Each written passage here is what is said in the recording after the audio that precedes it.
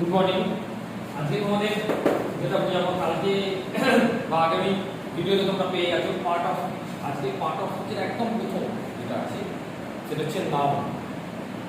Noun অনেকে অনেক রকম কিছু বোঝে, একদম সহজ ভাবে যদি বলা হয় নাউন হচ্ছে একটা নাম যেটা হচ্ছে মিনিং ওয়ার্ডের এবং যা কিছু আমরা নাম বুঝি সেটা কিন্তু নাউনের ক্যাটাগরির মধ্যে আমরা ফেলবো, কিন্তু সেই ক্যাটাগরিটা আবার বিভিন্ন রকম হবে, সেখানে ভাগের একটা ব্যাপার আছে।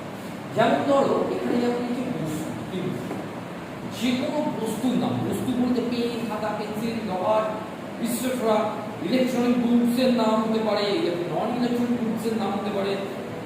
আমরা যা কিছু জিনিস দেখছি, যা কিছু বস্তু, সেইগুলো যদি নাম অনুযায়ী আমরা ব্যবহার করে থাকি সেইগুলোকে আমরা নাউনের মধ্যে ফেলব, অর্থাৎ এটাও কিন্তু নাউনের মধ্যে আমার যাচ্ছে। এরপরে আছে পার্সন। পার্সন কি যে কোনো ব্যক্তির নাম, যেমন রাম, সান, যদু, মধু, যা কিছু এখানে মেয়ে ছেলে সবার নাম, অর্থাৎ আমাদের শিশুদের নাম, মনীষীদের নাম, বন্ধুদের নাম, তুমি স্কুলে যে বন্ধুদের ডাকছো তাদের নাম, বন্ধুরা তোমায় ডাকে তোমার নাম, এক্সেট্রা এক্সেট্রা যা কিছু নাম পার্সন যেটাকে আমরা বলতে পারি, সেই ধরনের প্রত্যেকটা নামকে আমরা বলতে পারি নাম, আমাদের নামের মানে এটাও আমরা নাম পেলাম। এরপরে আছে অ্যানিমেলস এবং বার্ডসের নাম। অ্যানিমেলস আমরা বাঘ, সিংহ, lion, tiger, hippopotamus, zebra, giraffe, dinosaur, ঠিক আছে, স্নেকস, ক্রোকোডাইল, এই যে ধরনের বার্ডসের মধ্যে কিংফিশার, তারপর হচ্ছে প্যারট, তারপর হচ্ছে ডাক, এই যে ধরনের নাম, এটাও একটা নাম।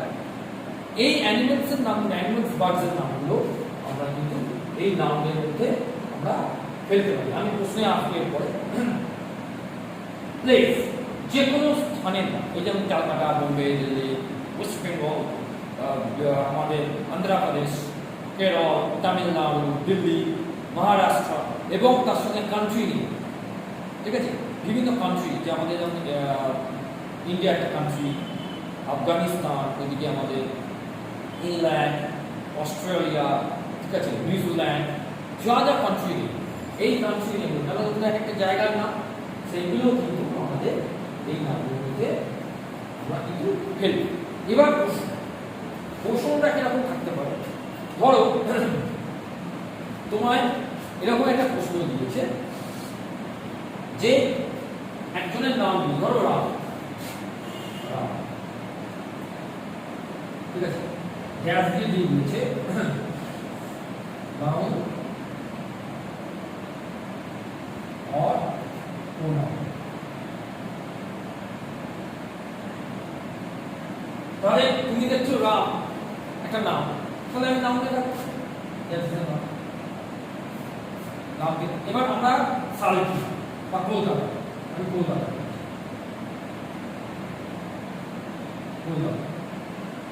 এটা দিয়েছে প্রোনাউন আর নাম। তুমি এখানে কি পেলে, যে কলকাতা একটা জায়গার নাম, স্থানের নাম, তুমি নাম দিতে পারো। আবার এখানে একটা যে কোনো একটা বস্তুর নাম, ধরুন কম্পিউটারের নাম,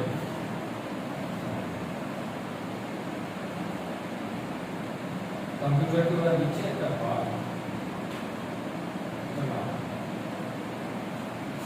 তুমি দেখো কম্পিউটার একটা জিনিসের নাম, একটা বস্তুর নাম, যেটা ইলেকট্রনিক গুডস, অর্থাৎ তাহলে এটা কখনোই এটা বাদ করা যায়।